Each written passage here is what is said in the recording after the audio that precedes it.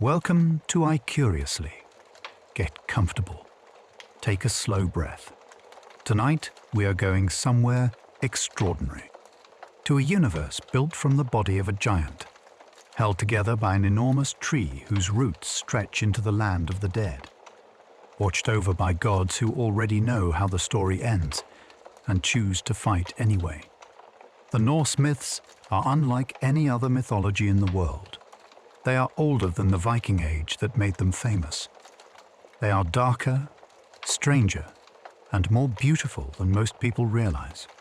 And tonight, we are going to explore all 9 of the worlds they describe. There is nothing you need to do, nowhere you need to be. Just listen. Before we visit the worlds themselves, we need to understand what holds them together. Imagine the largest tree you have ever seen. Now multiply it by everything. Yggdrasil, the world tree, is an enormous ash tree at the center of Norse cosmology. Its branches stretch up into the heavens. Its 3 great roots reach down into 3 different realms. One root extends to Asgard, the realm of the gods, where it drinks from the well of Erd, tended by the 3 Norns, the weavers of fate. One root extends to Jotunheim, the realm of the giants, where it draws from the spring of Mimir, the well of wisdom. One root extends into the icy depths of Niflheim, where it is gnawed perpetually by the dragon Nidhogg. Yggdrasil is not merely the backdrop to the Norse myths. It is the structure of existence itself. Everything that lives, everything that happens, everything that matters, it happens somewhere on or within this tree. The name Yggdrasil is itself telling. Ygr is one of Odin's many names. Drasil means horse. Yggdrasil means, literally, Odin's horse. It is named for the moment when Odin hung himself from the tree, wounded by his own spear, without food or water for 9 days and 9 nights, to gain the wisdom of the runes. The tree on which the universe hangs was named for the god's most desperate act of self-sacrifice. That is the kind of mythology we are dealing with tonight. There were, before the worlds, only 2 things: fire and ice. In the south burned Muspelheim, a realm of pure, blazing, consuming fire. In the north lay Niflheim, a realm of ice, mist, and the absolute cold that preceded everything. Between them stretched the Ginnungagap Gap, the great void, the gaping abyss. Nothing else existed. Then, slowly, across unimaginable ages, the heat of Muspelheim reached across the void and began to melt the ice of Niflheim. Where fire met ice, in the middle of the void, something emerged. From the melting ice came a being, the first living thing in existence, a giant. His name was Ymir. He was the first of the frost giants. He was enormous and ancient and powerful, and he was the raw material from which the universe would be built. Also emerging from the melting ice was a cow Audhumla, whose milk fed Ymir. Audhumla licked the salt from the ice for nourishment, and as she licked, she uncovered a form in the ice. A man. His name was Beri.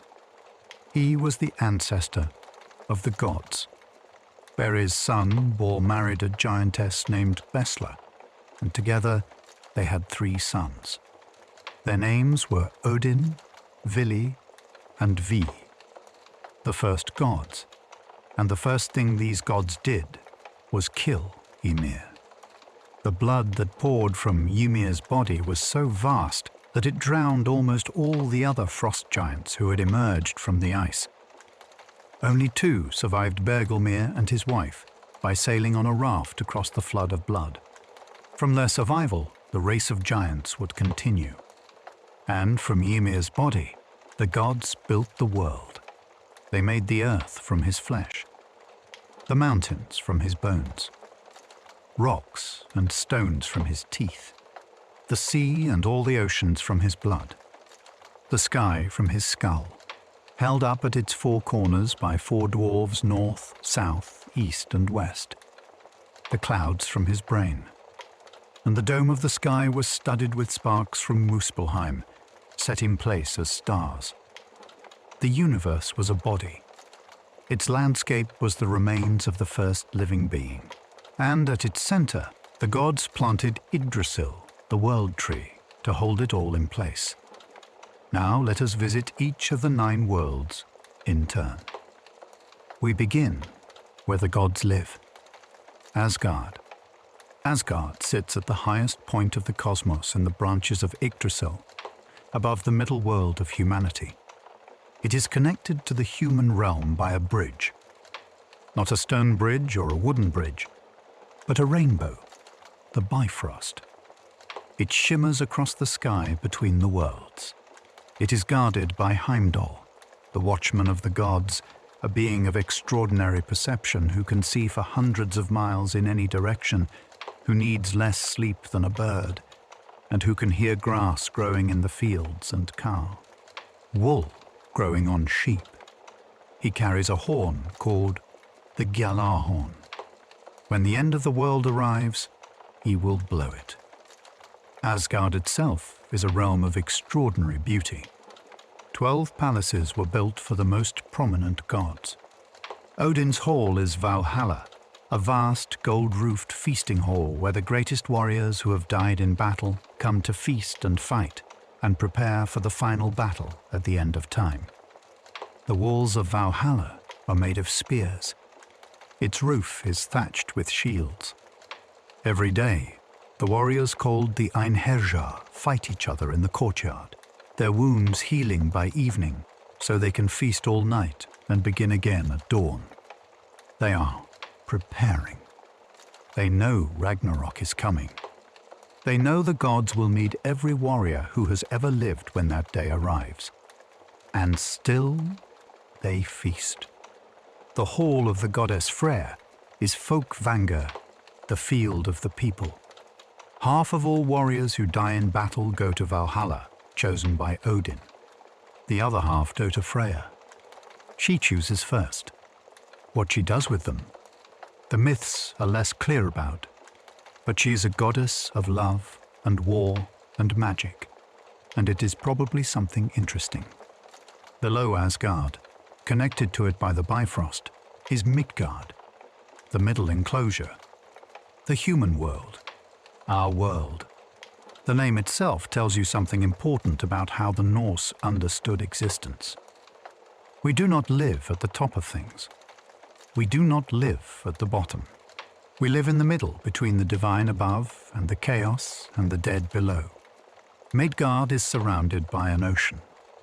And in that ocean, coiled around the entire world, biting its own tail, lives Jormungandr, the Midgard serpent. Jormungandr is one of the 3 monstrous children of the trickster god Loki, so enormous that it encircles the entire world. So powerful that when it releases its tail and uncoils, it will cause earthquakes large enough to shake the world tree itself. Its enemy is Thor. The two are destined to meet at Ragnarok. Thor will kill the serpent, then take 9 steps, and die from its venom. 9 steps. That is all the victory gets him. The Norse gods do not win clean triumphs. They win and die in the same breath. Between Asgard and Midgard, invisible to ordinary eyes, lies Alfheim, the world of the light elves. The elves of Norse mythology are very different from the elves of later fantasy. They are not small or mischievous. They are radiant beings, more beautiful than the sun, associated with light, with creativity, with the inspiration that sometimes arrives unbidden in a dream. The light elves are described as brighter than the sun itself. Alfheim is given as a gift in the myths to the god Freyr, ruler of the elves, as a tooth gift. a gift given to a child for cutting their first tooth. Even in Norse mythology, there is the small domestic detail of a baby's first tooth. We know less about Helheim than about most of the other worlds. Its beauty is mentioned. Its brightness is noted. And then the myths move on. Some things are allowed to remain mysterious. Below Midgard, in the roots of the World Tree, lies Jotunheim, the world of the giants. If Asgard is the realm of order and law and civilization, the world as it should be, then Jotunheim is its opposite. It is wild, cold, mountainous, and dark. Its forests have no end. Its peaks have no summit. It is the chaos against which the gods struggle. The giants, the Jotnar, are not simply large humans. They are older than the gods. They embody the raw, indifferent forces of the natural world. The storm that does not care whether you live or die. The avalanche that falls without malice. The winter that simply goes on and on. Some of them are enormously clever. Some possess wisdom the gods do not have. Odin himself visited Jotunheim to drink from Mimir's well, the spring of wisdom fed by one of Yggdrasil's roots, and paid for one drink by sacrificing one of his eyes. He has been one-eyed ever since. Wisdom cost him his sight. He paid the price without hesitation. The relationship between the gods and the giants is complicated and endlessly fascinating. They are enemies. They are sometimes allies.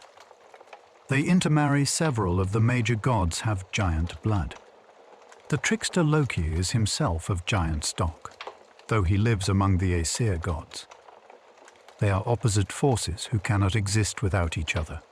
Order needs chaos to define itself against. The gods need the giants to know what they are fighting for.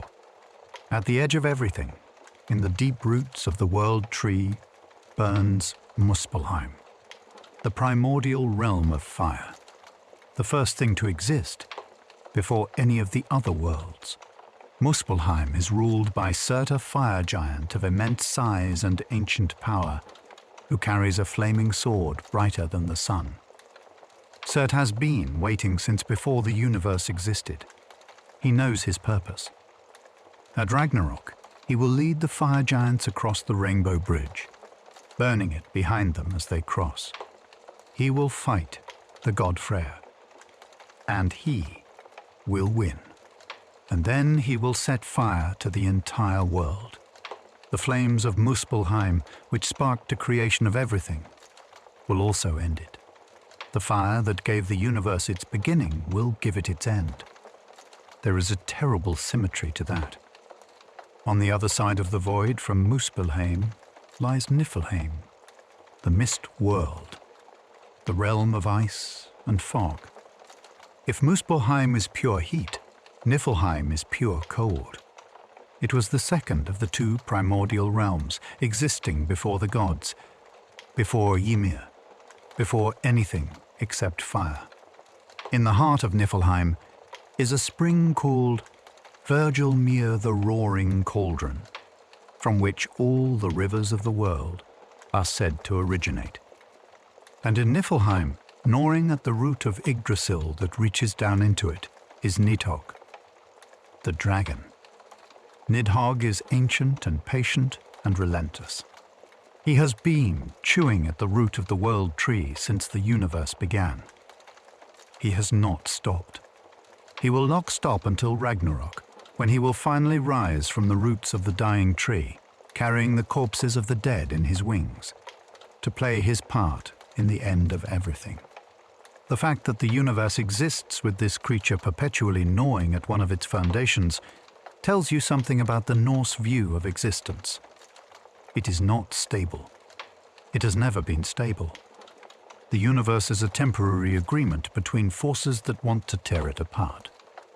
And yet, here we are, separate from but adjacent to Niflheim is Helheim, or simply Hell, the realm of the dead. Not all dead, The Norse afterlife was divided. Warriors who died in battle half to Valhalla, half to Freya's Folkvanger. Those who died of old age or illness or accident to Hel. Hel is ruled by a goddess of the same name. She is one of Loki's 3 monstrous children. Her appearance is described in the old texts as half living flesh, half blue-black, dead flesh. Half of her face is that of a living woman. Half is that of a corpse. She is not evil. She is not cruel. She is simply the keeper of the dead. She does her job. Her realm is surrounded by a wall called Nagrind and a river called Gjol the Resounding, which rings with the sound of clanging weapons. Hell is not a place of punishment. It is simply a place of endings. The dead exist there in a grey, dim version of life. They are not tortured. They are not particularly happy. They simply are. What hell represents in the Norse imagination is the simple fact of mortality, not a threat, not a reward, just the place where things end.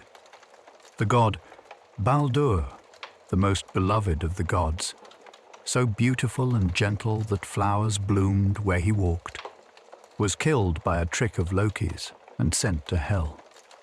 The gods sent an envoy to beg for his return. Hel agreed on one condition. Every being in all the 9 worlds, every person, every creature, every rock and stone must weep for Baldur's death. Every single one did. Except one. A giantess named Tok, who was almost certainly Loki in disguise, refused. One refusal. One dry eye in all the cosmos. And Baldur stayed in Hel. He will remain there until after Ragnarok, when the world is remade. That story, the death of Baldur, the one refusal, the god who stays in the realm of the dead, is perhaps the saddest thing in all of Norse mythology.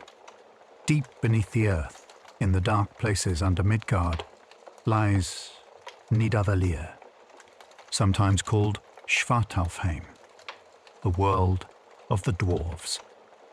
The dwarves of Norse mythology are nothing like the jolly mining companions of later fantasy. They are master craftsmen, the greatest craftsmen in all the 9 worlds. Everything of genuine value in Norse mythology was made by the dwarves. Odin's spear Gungnir, which never misses its mark, made by dwarves. Thor's hammer Mjolnir, the most powerful weapon in the cosmos, made by dwarves. Freya's ship Skidbladnir, large enough to carry all the gods and their weapons, but foldable into a pocket, made by dwarves.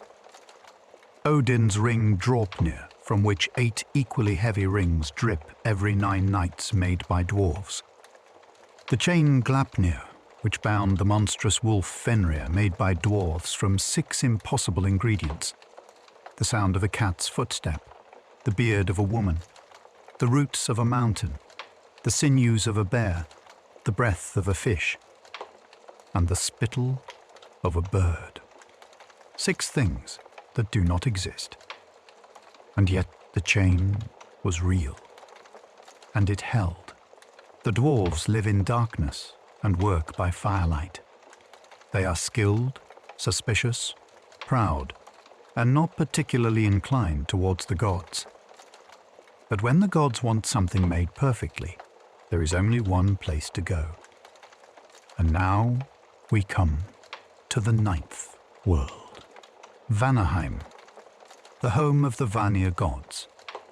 The Vanir are the 2nd tribe of Norse gods, less famous than the Aesir of Asgard, but ancient and powerful in their own right. Where the Aesir gods are associated with war, wisdom, and the sky, the Vanir are associated with fertility, the sea, the harvest, and the mysterious art of Seda, a form of magic involving prophecy and the weaving of Chenda, fate. The 2 tribes of gods once went to war with each other. The cause of the war is unclear. One tradition says it started because the Aesir mistreated a Vanir Cirrus named Gulveig, burning her 3 times and watching her be reborn each time, more powerful than before. The war was long, and neither side won. Eventually, peace was made, and sealed in the ancient way by an exchange of hostages. The Vanir sent their greatest gods to live in Asgard: Njord, the god of the sea, and his children Freya and Freyr. The Aesir sent Honir and Mimir to live in Valheim. Mimir was wise beyond all others, so wise that the Vanir quickly came to suspect that Honir, without Mimir's advice, was useless. The Vanir, feeling cheated, cut off Mimir's head and sent it back to Odin. Odin preserved the head with herbs and chanted spells over it until it could speak. He kept Mimir's head beside him and consulted it for its wisdom. Even severed from its body, the wisest being in the universe was too valuable to lose. The Norse gods do not waste wisdom, even when it arrives in the form of a severed head. 3 women sit beside the well of Erd, at the root of Yggdrasil that reaches into Asgard. They are the Norns. Their names are Erd, Verdandi, and Skald, past, present, future, or more accurately, that which has become, that which is becoming, that which shall be. They carve runes into the bark of Yggdrasil. Every fate is written there. The fate of every god, every giant, every elf, every dwarf, every human who has ever lived or ever will live. The Norns also water the roots of Yggdrasil each day, pouring sacred water from the well of Erd over the tree's roots, spouting white clay across its bark to keep it from rotting. This is the most important act of maintenance in the universe.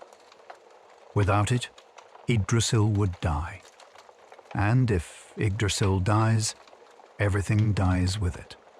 The fate of the cosmos depends on 3 women performing a daily ritual of care. That is a remarkable image. The universe is held together not by the gods' battles, or the dwarves' craftsmanship, or the giants' power, but by 3 women watering a tree every day.